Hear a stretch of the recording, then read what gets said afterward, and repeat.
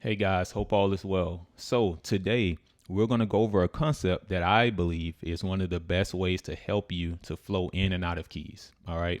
I didn't say the best. I just said one of the best. All right. We are going to be going over some gospel churchy runs. All right. With, of course, the jazz side to it. So we're going to be in the key of E flat. Okay. You can do these runs, of course, if you're backing up a preacher, you're doing congregational songs, things like that. So let's use a congregational song or an example or something like that. So let's see.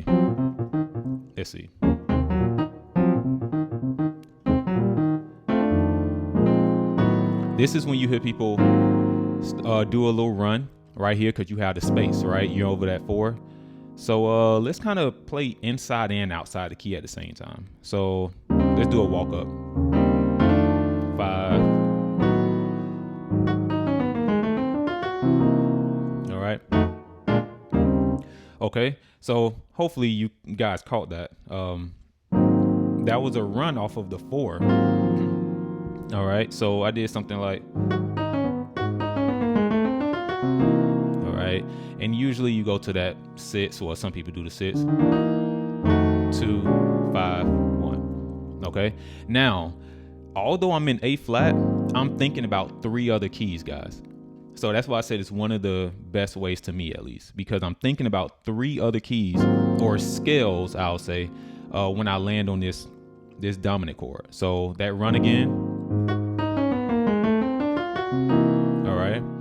Okay, I'll come back and break that down. Let's do another one though. Okay, something a little bit more simple. So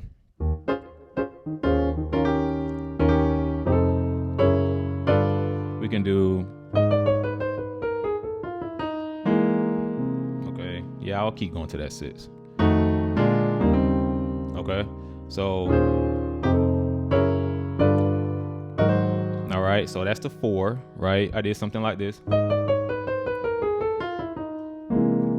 Okay, again. All right, so that's another run over your 4. Again, I was thinking about 2 different keys on that run right there.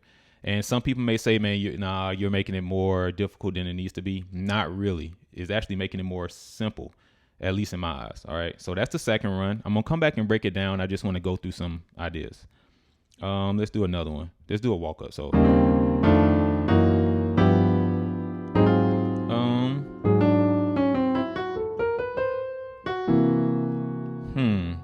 I thought about, let me see, 2 keys on that one. So let me try that again.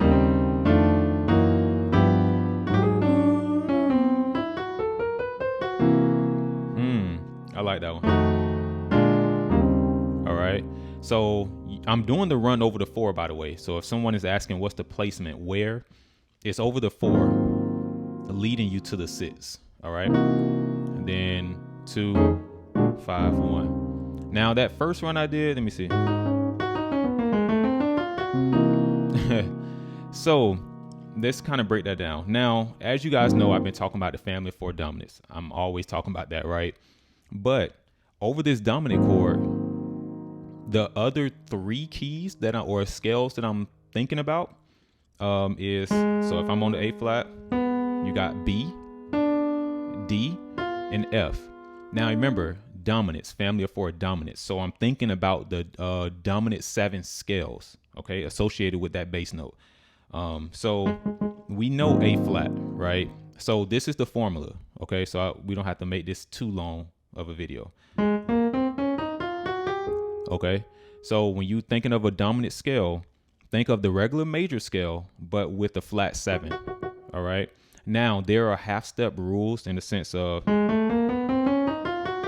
like, you can put different type of half steps in there. Barry Harris talks about that a lot, but we'll cover that later. All right. So the first run, I was thinking about B and F.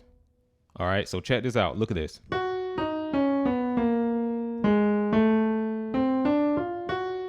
All right. Do you guys get it?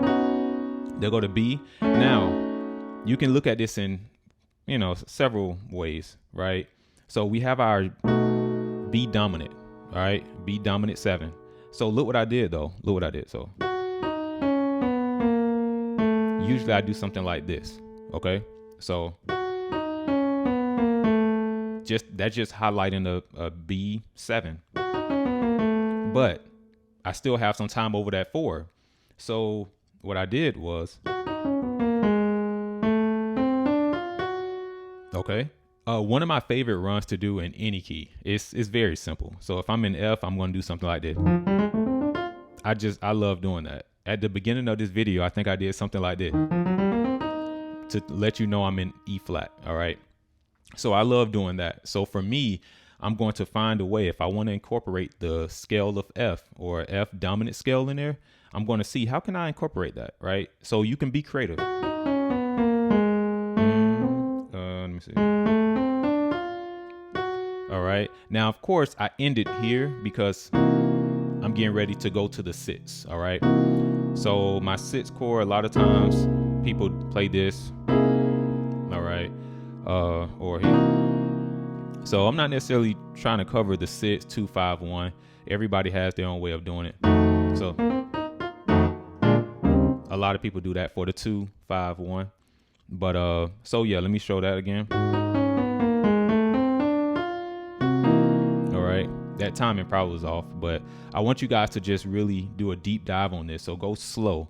Don't go with a metronome at first. All right. Until you at least know what you're going for. All right. So that's the first run.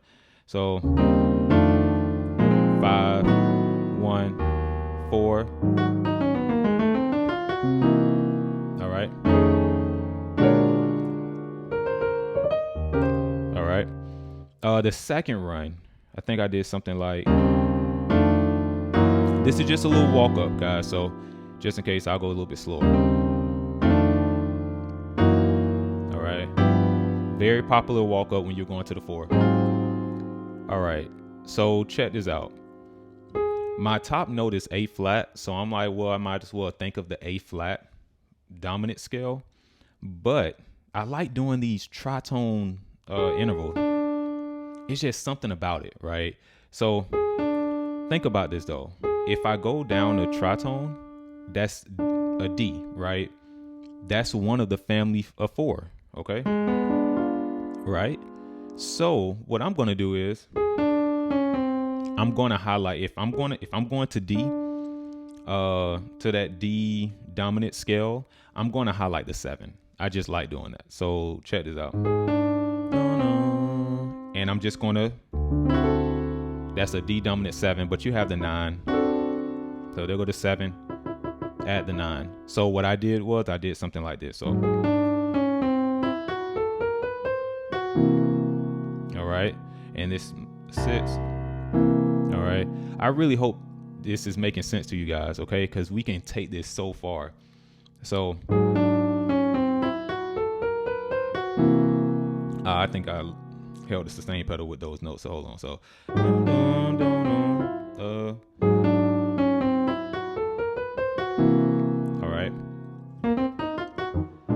all right. So here we have and outline the chord. Okay.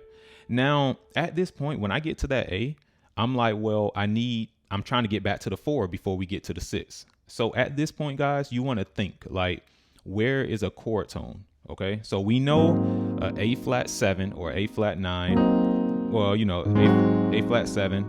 If you add the 9, you get the B flat. But I'm really just looking to land on a chord tone.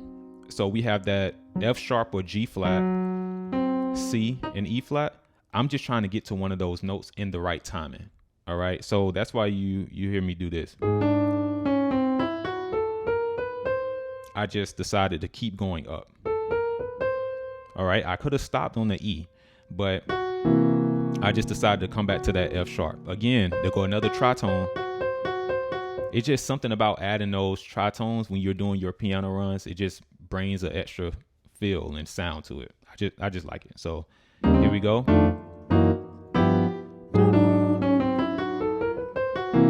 All right. Okay. So I hope you guys are getting some value out of this. Don't forget to subscribe. I think a lot of people are watching that's not subscribed. So make sure you subscribe and turn the notification bell on. All right. So let's do one more. We can just kind of end it off here. Let's see. Let me see. So we did this. That's the first one. Well, because I only wanted to do 3. Did I already do all 3? That's the second one. And then, yeah, the third one. Let's do it. So.